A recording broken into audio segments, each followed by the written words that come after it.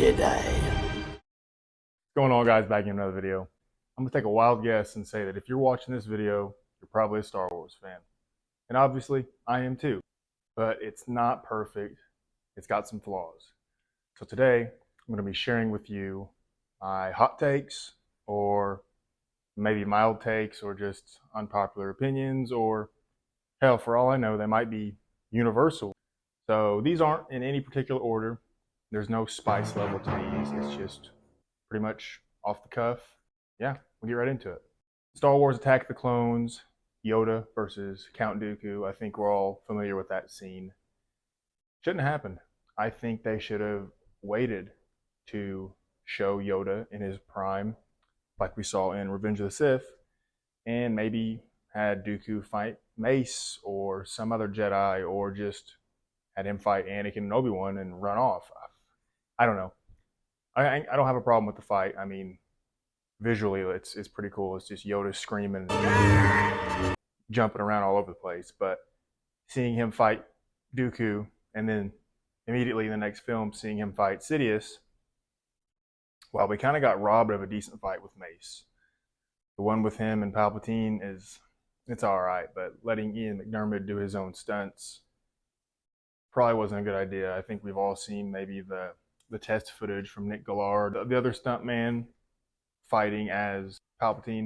So I just think it would have been a better idea to hold out on Yoda until Revenge of the Sith. It says here that Jar Jar is cool. You're actually just a dick. I don't have a problem with Jar Jar. I grew up watching The Phantom Menace. I've known about Jar Jar since I was born, essentially. I don't think he's that big of a deal. I think that the biggest issue I have personally with The Phantom Menace is Anakin. Now I know I'm not picking on Jake Lloyd. I know he went through some shit later on in life. He was a kid. I just do not like his portrayal as Anakin. And for everybody that cries about Hayden Christensen as Anakin in Attack of the Clones and so on, how can you complain about that and not be complaining about Jake Lloyd's Anakin? That's just me. I've never liked the kid as an actor. I don't like him in Jingle All the Way, or I don't know what else he's been in. I just never really had a connection to the character.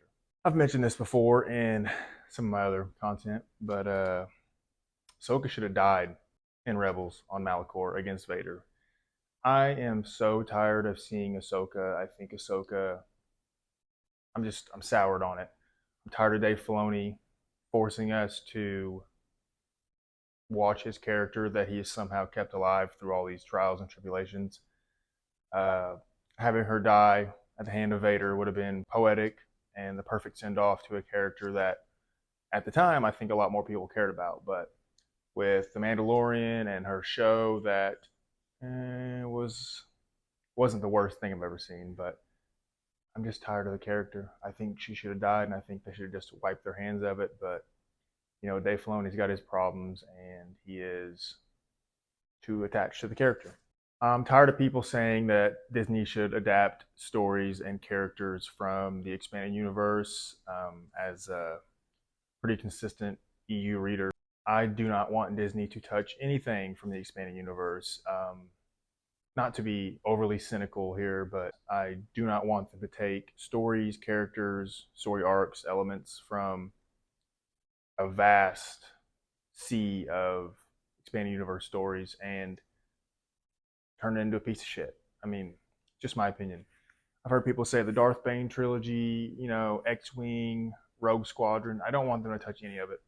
You know, keep making the Acolyte, keep making whatever it is they want to make. I don't care.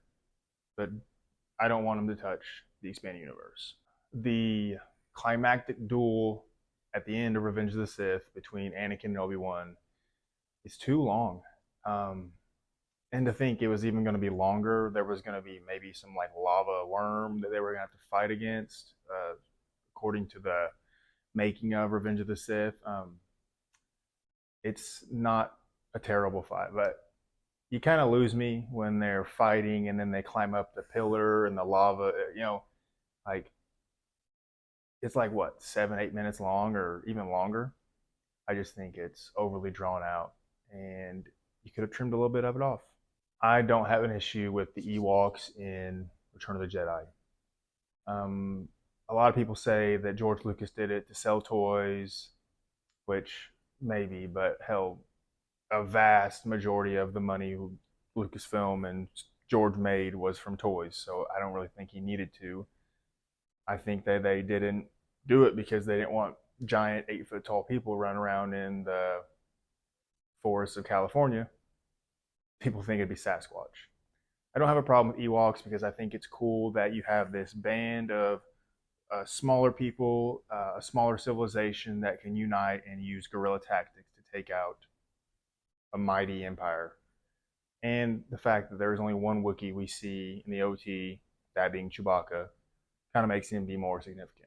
The third act, or Anakin's turn in Revenge of the Sith, is too fast and it's not nuanced enough. You kind of have to suspend your disbelief to, 1 minute he's for the Jedi, the next he's not. I know I've accepted it. I mean, I don't have a problem with it, but I think it could have been a little bit more nuanced. It's a little better in the book, but still, it's like my wife versus the Jedi. Oh, it's my wife all day, and like that.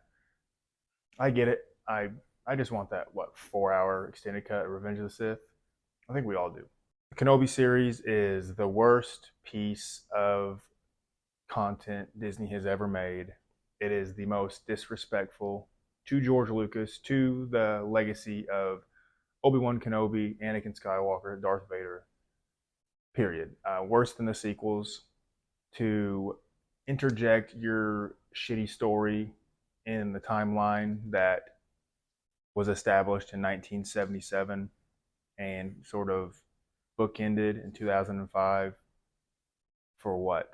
A scene where his helmet gets sliced in half and they talk. That's the scene everybody glazes, but it's a travesty.